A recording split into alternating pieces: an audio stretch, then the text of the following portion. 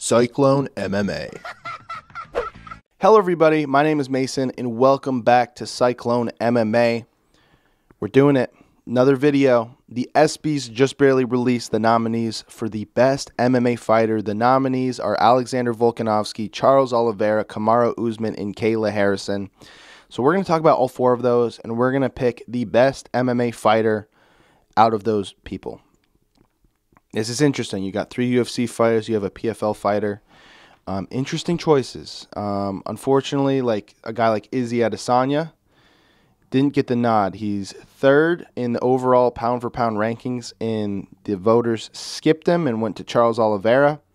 Interesting choice. Interesting choice. I wonder why that is. Maybe because he has a recent loss to Jan Blachowicz. I don't know. But Charles Oliveira, not your lightweight champion. He missed weight. Is that a mark on him being the best MMA fighter if he can't beat the scale? Who knows? But if you look at his run, he's on, how many fights has he won in a row now? Holy crap, so many. Okay, we're going to count now. 1, 2, 3, 4, 5, 6, 7, 8, 9, 10, 11. 11 fights in a row. He most recently fought Justin Gaethje, and he submitted him in the first round in a crazy, wild fight. His last 3 fights, he's been dropped, and he comes back and wins.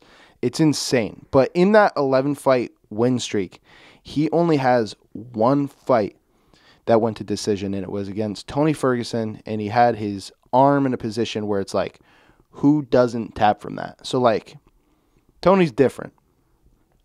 But Oliveira's resume and just the way he's looked as of late has been insane, and I'm so excited to watch his next fight, whoever that may be.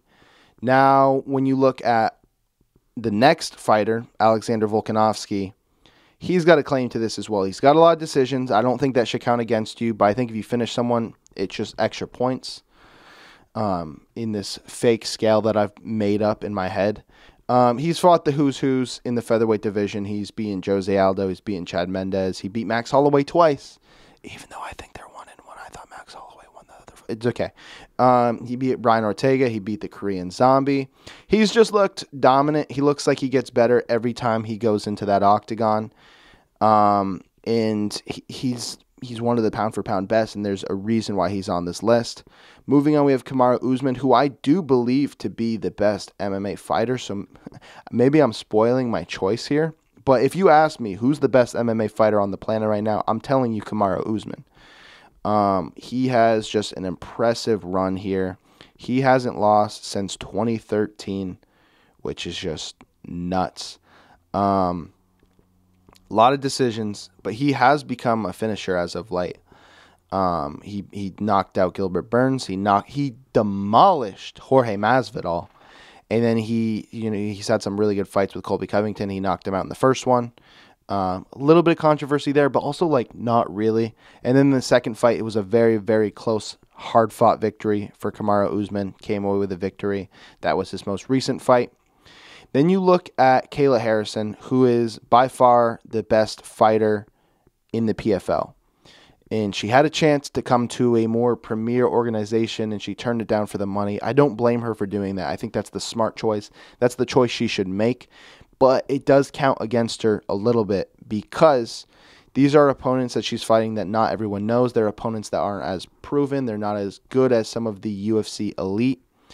But she's doing her damn thing. She is undefeated. She's got 13 wins, 0 losses, and she can beat you in any way. She has 5 knockout finishes. She has 5 submission victories and 3 decision victories. In the year 2021, she's had 4 fights. She's fought in 2022 already.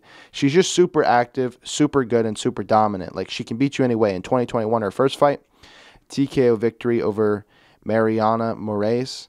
Then she fought Cindy Dandois, and she beat her with a submission. She just can beat you in any way. Now, out of these 4 fighters, who is the best MMA fighter? I think Camaro Uzman. Now, if you look at recent history, if you look from like the last ESPYs to the ESPYs today, who I think should win is probably someone like Charles Oliveira, who's fought, I think, the toughest opponents out of all these 4 and did so in grand fashion. Now, I tried finding the like rubric for scoring this. There isn't. It's literally just pick the best MMA fighter. So, for me, I'm picking Camaro Uzman. But it's hard to do that because of Charles Oliveira and what he's done in that time span of 2021 till now. I'm going to pick Camaro Uzman. You guys tell me in the comment section below. I looked online. I looked on ESPN where it was posted. And every comment said Charles do Bronx. And I love Charles do Bronx. And I do consider him 1 or 2 on this list. But for right now, we're picking Camaro Uzman to win this title. And, you know, Alexander Volkanovski could change our mind. This Saturday he fights. And if he knocks out Max Holloway, I think he kind of jumps to the top of the list. Maybe it's recency bias. Who knows? But at the end of the day, all of these fighters are great fighters. I'm picking Camaro Uzman as my choice for this, and I understand if you pick one of the others because there's a reason why these 4 are nominated. All right, guys, I hope you enjoyed this video. If you did, be sure to leave a like below. Comment who you think should win the ESPY for Best MMA Fighter. And I will see you guys in the next video. Peace out.